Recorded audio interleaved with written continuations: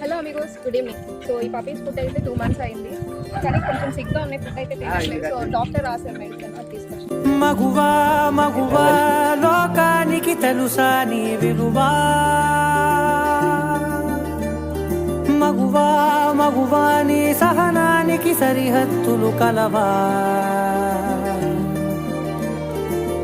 అటు ఇటు అన్నింటా నువ్వే జగమంతా, పరుగులు తీస్తావు ఇంట బయట, అలుపని రవ్వంతా అననే అనవంట, వెలుగులు పూస్తావు వెళ్ళేదారంతా.